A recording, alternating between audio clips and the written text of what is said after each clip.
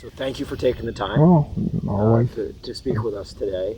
And my first question is to you is, of course, about running. And if you could just give us a sense of when you started running. When were those first steps, and why have you stuck with it for so long? Okay. Well, my first running was in high school.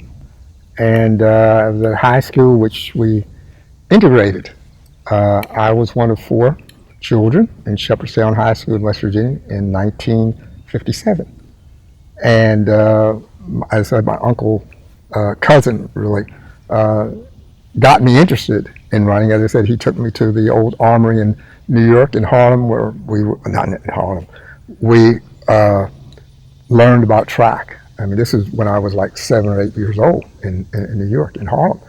And so that introduction to running, the old armory in New York City, caused me to have an interest, so that in high school, I went out for the track team. And I ran the 440-yard dash, and I also ran sprints, 100 and 200. After graduate school, I sort of took off when I was in college and graduate school. And after I got out, I said, well, I need to be fit. And so I started running. And basically it was when I came down here to Atlanta was when I really got into that in a big way, I guess you might say. And one of the things that I found that there were very few distance runners, because I was a sprinter at first, and I decided, well, I wanted to do that. And then afterwards, I began to see a few guys running around the neighborhood where I lived in Adams Park. And then one of my best friends, Jim Lemon, said, why don't we start a running club? And then that's what happened. We would go to little races after we were running before. You know, we would run 5Ks and things like that. And then we gradually got interested in longer races. And so we ran the 10K. And lo and behold, the Atlanta Track Club was there. They started in the 70s. And then after that, we basically developed, and we helped other clubs. We formed the club in 1979, so we celebrated our 40th year last year. And we started running half marathons and full marathons and doing 15Ks throughout the nation, basically. The Crescent City 10K, the Jacksonville 15K, and things of that nature. When you started running and you were ahead of that first running boom, and you were one of the first runners in Atlanta, but for the most part, outside of South Fulton running partners, were all the runners white? Yes, for the most part. That's how we ran into each other and began to see a few more running the 5Ks. There was one that the television station, CBS, put on, and there was a couple by organizations, and then even a few by schools. And so we decided that we needed to go after those partners to get them not only interested in our club, and we would primarily try to get other people interested. And one of the things that we tried to do after each race was to find, and it was very easy, the black runners, and say, hey, are you serious about running? Do you want to do some things? Do you want to do some community stuff as well? And so that's how we rounded up the other members. Clearly, you've been a leader in the black running community, the African American running community. What do you see today out there in terms of representation, in terms of the numbers of people in the black community who are running, and what do you think of the organizations that have followed, like Black Men Run and Black Girls Run and Running Nerds? And exactly. Yes. Yeah, actually, about 4 years ago, we organized those groups into a unity summit.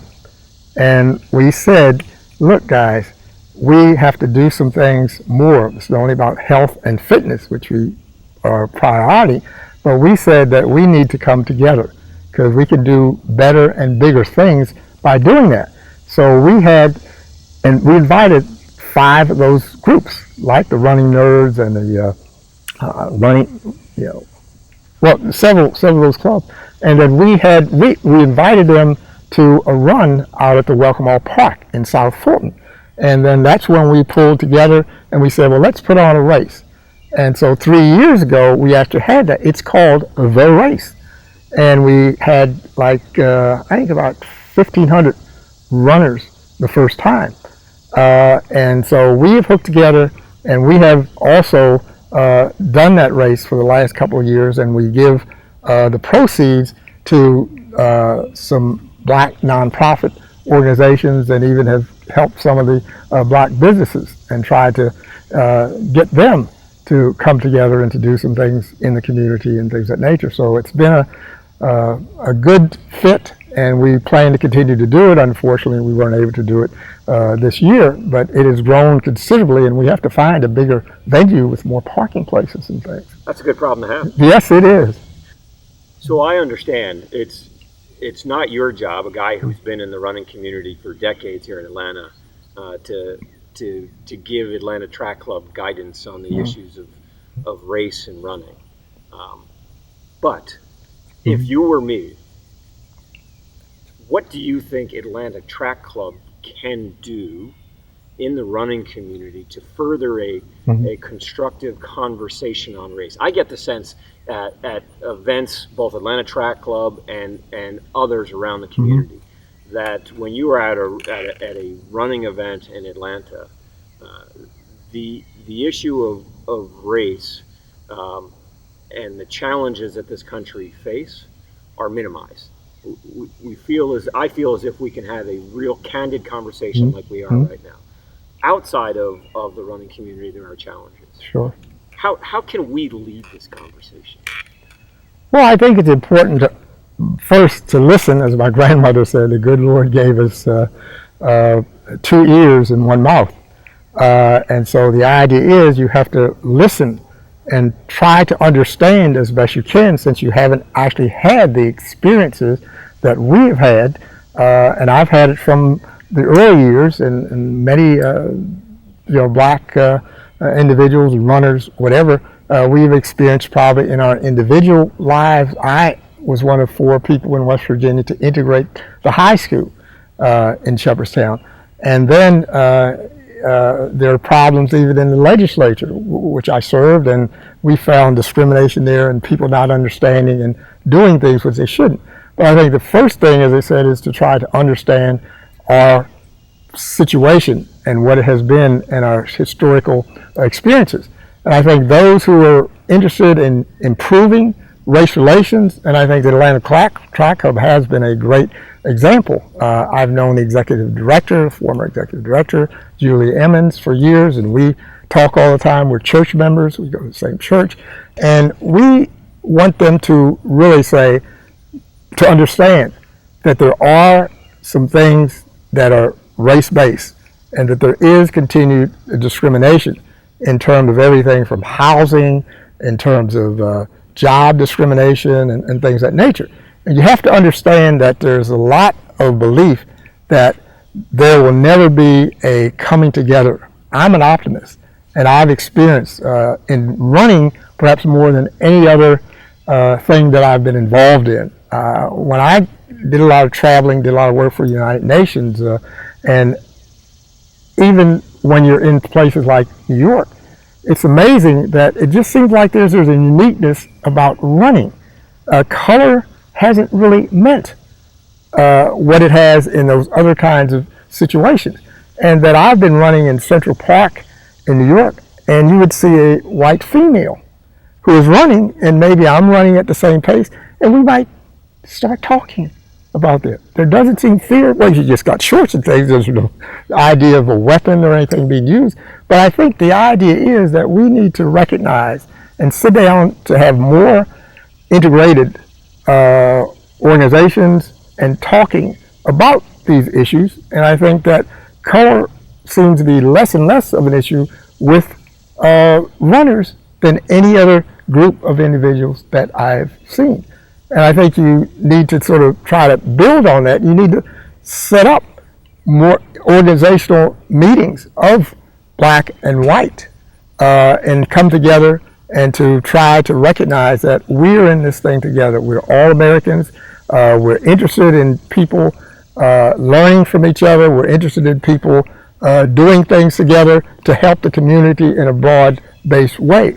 And I think that that's something that the track club can do, and several members, board members and individual members, have in fact done that. And I think that we need to build on that base and try to bring us together. Running in the United States as a black man, any different than running in a different country?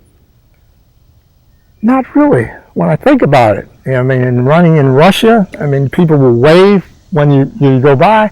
In South Africa, Johannesburg, and Cape Town, and even when I did work in Nigeria, we actually would go to the embassies, the U.S. embassy there, and there were groups of runners. They were from France, they were from Italy, and you would go there and we'd set up a time and we'd do that. If I were there like for a month or so doing some work, then they would do that. And it's just amazing. And as I said, it's the most raceless, I think, activity that I've ever been involved in. And I feel that, I don't know what there is about runners, but we all have one thing in common. And we start out, and if you're there for a month or so, then you also may have drinks at night and things at night. It just sort of has happened.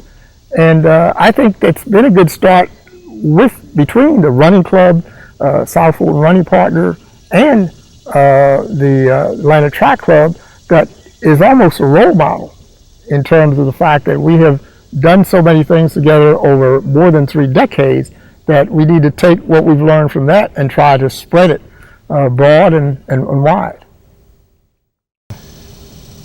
Is this a political discussion? Because there are people who say to me in the organization, members of Atlanta Track Club, who say, be very careful, you don't want politics to enter into what you do as a running organization. Well, we don't want politics to enter, but it's a fact of life, and it's almost impossible to escape. It's the political, it's the social, it's an economic, and all other kinds of things, all of the above, so to speak. And I think the idea is that we have to recognize that politics plays such a significant role in the life of the country that you have to include politics in it. You can't just sort of compartmentalize it to the point where you don't deal with it, because so many other things are impacted by politics. I mean, in the schools and the funding of schools, in terms of the activities that folks engage in terms of employment and hiring and things of that nature. So you almost have to do that because politics controls so much of all of the other things in the society. And I feel that you have to bring it up. You know, they always talk about the elephant in the room. It may be politics.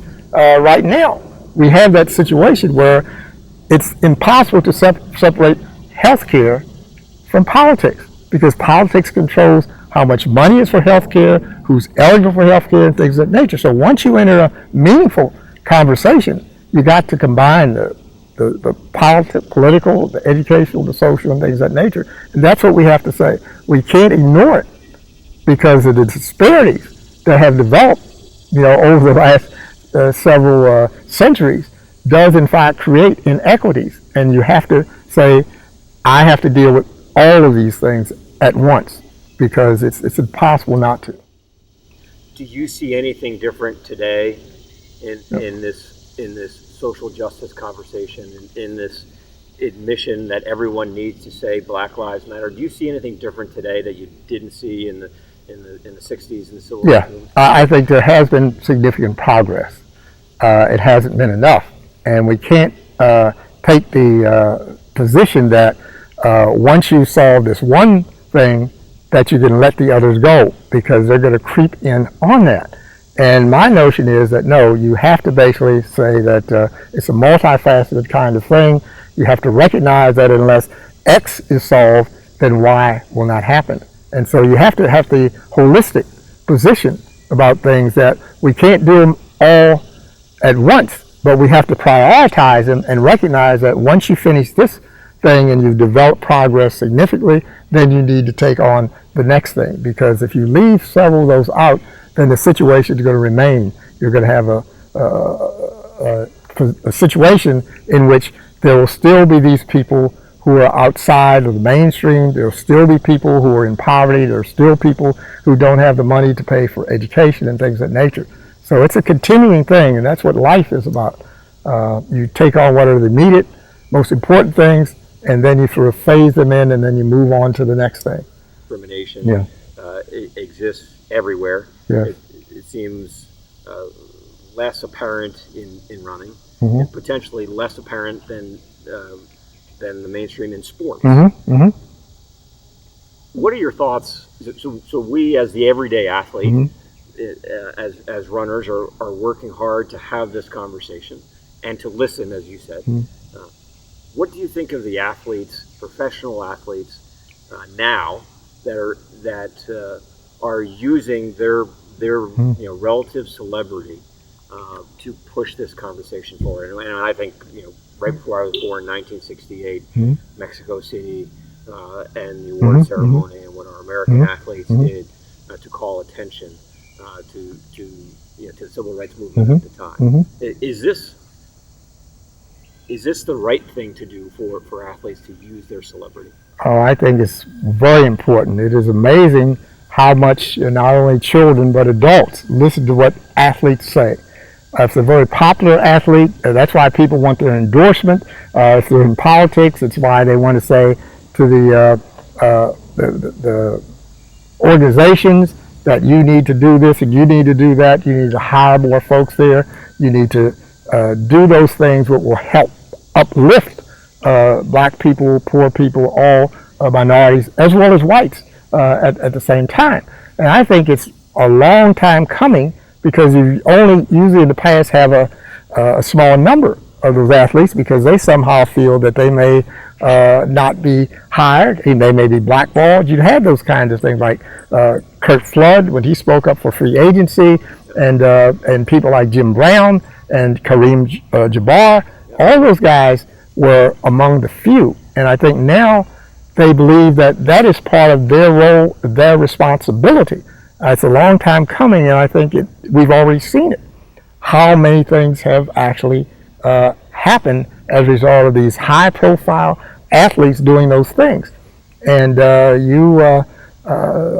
you should be glad that we're doing that, because now that it has such a high profile, then you have a situation in which more corporations seem to be responding to that. I mean, everything from taking their advertisements from folks who are guilty of discrimination and trying to use their power to, in fact, make sure that they will be part of this group as we work together, who will, in fact, improve the quality of life for those who are less, let's say, able to articulate and to say those things that need to be said, because those folks are more likely to have people who will follow them.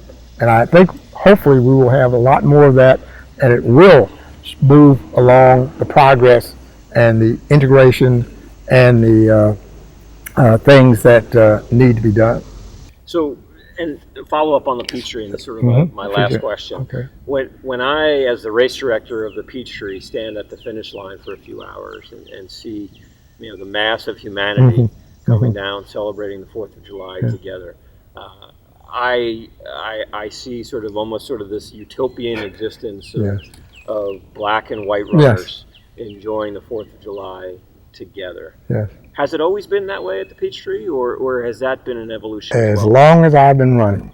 The Peachtree, first one in 1979, and as I said, it just seems like, I don't know what it is, that runners are the least, I guess you might say, racist. Maybe that's the wrong word to use, but I've never really had any problem with anyone that I've been running with who is a different color than I am, or even a different sex than I am.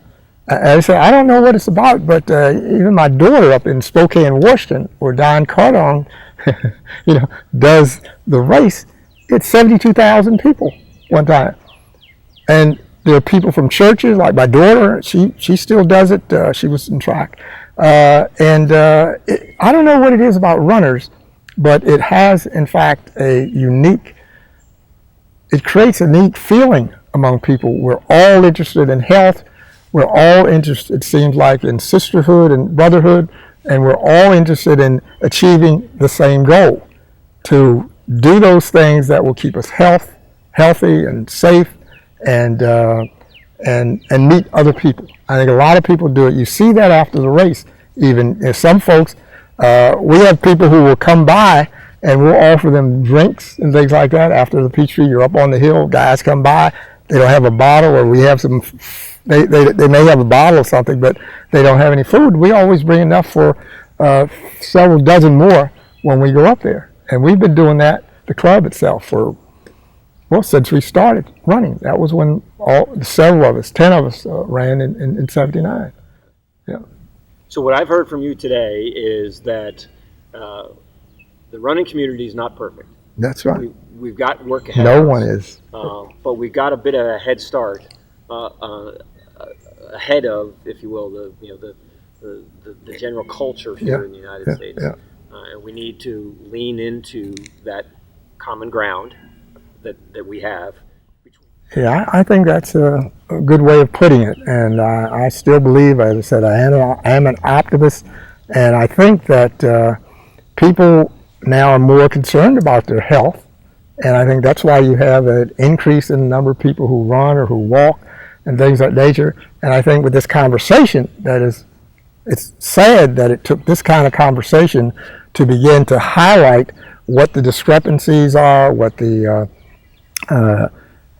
problems are. And if we can continue that, then I think we'll all be better off, and we'll all learn how to live together, try to build together, how to do those things which will make not only Atlanta, but the nation and the world a better place for our children and our grandchildren.